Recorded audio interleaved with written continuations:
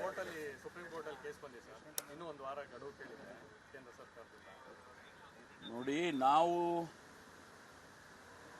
ಕರ್ನಾಟಕದ ಇತಿಹಾಸದಲ್ಲೇ ಇಷ್ಟೊಂದು ಭೀಕರವಾದ ಬರಗಾಲ ಬಂದಿರಲಿಲ್ಲ. ಇಡೀ ರಾಜ್ಯದಲ್ಲಿ 226 ತಾಲೂಕನ್ನು ಸರ್ಕಾರವೇ ಅಧಿಕೃತವಾಗಿ ಘೋಷಣೆ ಮಾಡ್ತು. ಅಂಥ ಪರಿಸ್ಥಿತಿಯಲ್ಲಿ ಯಾವುದೇ ಕೇಂದ್ರ ಸರ್ಕಾರ ಒಂದು ರಾಜ್ಯ ಸರ್ಕಾರಕ್ಕೆ ಸಹಾಯ ಹಸ್ತವನ್ನು ಕೊಡ್ತಕ್ಕಂಥದ್ದು, ಒಂದು ಕಾನೂನಿನ ಚೌಕಟ್ಟಿನಲ್ಲಿ, ಎರಡು ಮಾನವೀಯತೆ ದೃಷ್ಟಿಯಲ್ಲಿ ಮತ್ತು ಒಕ್ಕೂಟದ ವ್ಯವಸ್ಥೆಯಲ್ಲಿ ಪರಸ್ಪರ ನಾವು ಆಡಳಿತ ಮಾಡುವಾಗ ಇದನ್ನು ಪ್ರತಿಯೊಬ್ಬ ಭಾರತೀಯನೂ ಕೂಡ ಅಪೇಕ್ಷೆ ಪಡ್ತಾರೆ. ಅಂಥದ್ರಲ್ಲಿ ನಾವು ಮನವಿಯನ್ನು ಕೊಟ್ಟು ಸುಮಾರು 18,000 ಕೋಟಿ ಕೊಡಿ ಅಂತ ಕೇಳಿದ್ದೆ. ಆಯ್ತಪ್ಪ, 18,000 ಕೋಟಿ ಕೊಡೋಕ್ಕಾಗೋದಿಲ್ಲ, ನಾವು ಒಂದು 5,000 ಕೋಟಿ ಕೊಡ್ತೀವಿ ಅಂತ ಏನಾದರೂ ಹೇಳ್ಬೋದಿತ್ತು, ಕೊಡ್ಬೋದಿತ್ತು. ಅದನ್ನೂ ಮಾಡಲಿಲ್ಲ. ನಂತರ ನಾವು ದೆಹಲಿಗೆ ಹೋಗಿ ಪ್ರತಿಭಟನೆ ಮಾಡಿದೆ. ನಮಗೆ ಕೇಂದ್ರ ಕೊಡಬೇಕಾದಂಥ ಹಣ ಕೊಡ್ತಾ ಇಲ್ಲ ಅಂಥೇಳಿ ಪ್ರತಿಭಟನೆ ಮಾಡಿದೆ. ಅದಕ್ಕೂ ಸೊಪ್ಪು ಹಾಕಲಿಲ್ಲ. ಆಮೇಲೆ ಇತಿಹಾಸದಲ್ಲೇ ಬಹುಶಃ ಪ್ರಥಮ ಬಾರಿಗೆ ಒಂದು ರಾಜ್ಯ ಸರ್ಕಾರ ಕೇಂದ್ರ ಸರ್ಕಾರದ ಮೇಲೆ ಸುಪ್ರೀಂ ಕೋರ್ಟಿಗೆ ಹೋಗ್ತಕ್ಕಂಥದ್ದು ಪ್ರಥಮ ಬಾರಿಗೆ ಆಗಿರುವಂಥದ್ದು.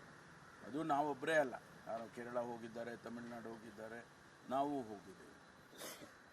ನಿನ್ನೆ ದಿವಸ ಸುಪ್ರೀಂ ಕೋರ್ಟ್ನವರು ಕೇಸನ್ನು ತಗೊಂಡು ಹೇರ್ ಮಾಡಿ ಈ ಒಕ್ಕೂಟದ ವ್ಯವಸ್ಥೆಯನ್ನು ಹಾಳು ಮಾಡಬಾರ್ದು, ಆದಷ್ಟು ಬೇಗ ಕೇಂದ್ರ ಸರ್ಕಾರ ಸ್ಪಂದಿಸಬೇಕು ಅಂತ ಹೇಳುವಾಗ ಅಲ್ಲಿದ್ದ ಅಡ್ವೊಕೇಟ್ ಜನರಲ್ಲು, ಸಾಲಿಸಿಟರ್ ಜನರಲ್ ಯಾರೋ ಇದ್ದಾರಲ್ಲ, ಅವರು ಹೇಳಿದ್ದಾರೆ ಒಂದು ವಾರದೊಳಗಾಗಿ ಕೊಡಬೇಕು ಅಂತ ಹೇಳಿದಾಗ ಸಹಮತಿಯನ್ನು ವ್ಯಕ್ತ ಮಾಡಿದ್ದಾರೆ.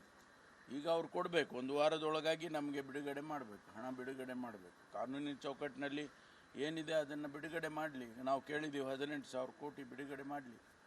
ಅದಕ್ಕಾಗಿ ಇವತ್ತು ಅಲ್ಲಿ ಪ್ರತಿಭಟನೆ ಮಾಡ್ತಾ ಇರ್ತಾರೆ. ಒಂದು ವಾರ ಕಾಯ್ಬೋದಿತ್ತ ಅಂತ ಸರ್? ಇಲ್ಲ, ಅದು ಒಂದಿಷ್ಟು ಪ್ರೆಷರ್ ಬೀಳಬೇಕಲ್ಲ ಕೇಂದ್ರ ಸರ್ಕಾರ. ಅದಕ್ಕೂ ಮಾಡಿ ಸ್ಪಂದಿಸಲಿಲ್ಲ ಅಂತ ಹೇಳಿದರೆ ಸಾರ್ವಜನಿಕವಾಗಿ ಗೊತ್ತಾಗಲಿ ಜನರಿಗೂ ಕೂಡ ಅಂತ ಹೇಳಿ ಮಾಡಿದ್ದಾರೆ.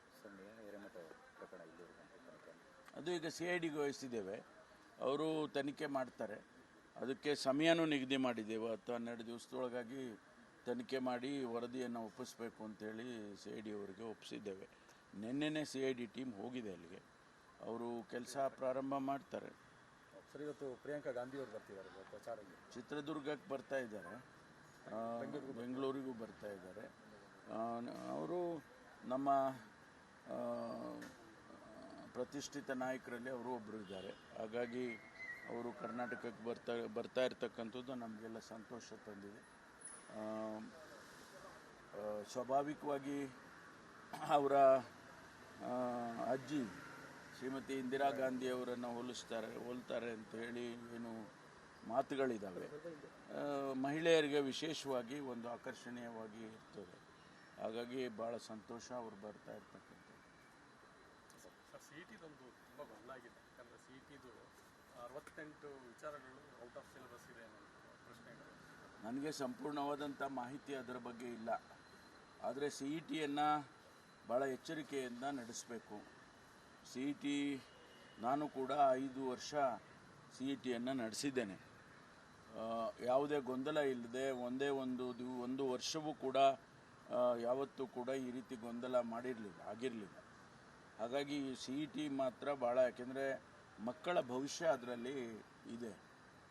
ಯಾರೋ ಒಬ್ಬರು 50 ಮಾರ್ಕ್ಸು ಜಾಸ್ತಿ ತೊಗೊಂಡ್ರೆ, 10 ಮಾರ್ಕ್ಸ್ ಜಾಸ್ತಿ ತೊಗೊಂಡ್ರೆ, ಅಥವಾ ಫಸ್ಟ್ ಕ್ಲಾಸ್ ಬಂದರೆ, ಅಥವಾ ರ್ಯಾಂಕಿಂಗಲ್ಲಿ ಮೇಲೆ ಬಂದರೆ ಅವರಿಗೆ ಅನೇಕ ಅವಕಾಶಗಳು ಸಿಗುತ್ತೆ. CETಯಲ್ಲಿ ಪಾಸಾದವು ರ್ಯಾಂಕಿಂಗ್ ಚೆನ್ನಾಗಿದ್ದರೆ ಅವರಿಗೆ ಮೆಡಿಕಲ್ ಸಿಗ್ಬೋದು, ಇಂಜಿನಿಯರಿಂಗ್ ಸಿಗ್ಬೋದು, ಅಥವಾ ಬೇರೆ ಬೇರೆ ಕೋರ್ಸ್ಗಳಿಗೂ ಸಿಗ್ಬೋದು. ಆ ರೀತಿ ಒಂದು ಒಳ್ಳೆಯ ಸಂಸ್ಥೆಯನ್ನು ಕರ್ನಾಟಕದಲ್ಲಿ ನಾವು ಬೆಳೆಸಿದ್ದೇವೆ.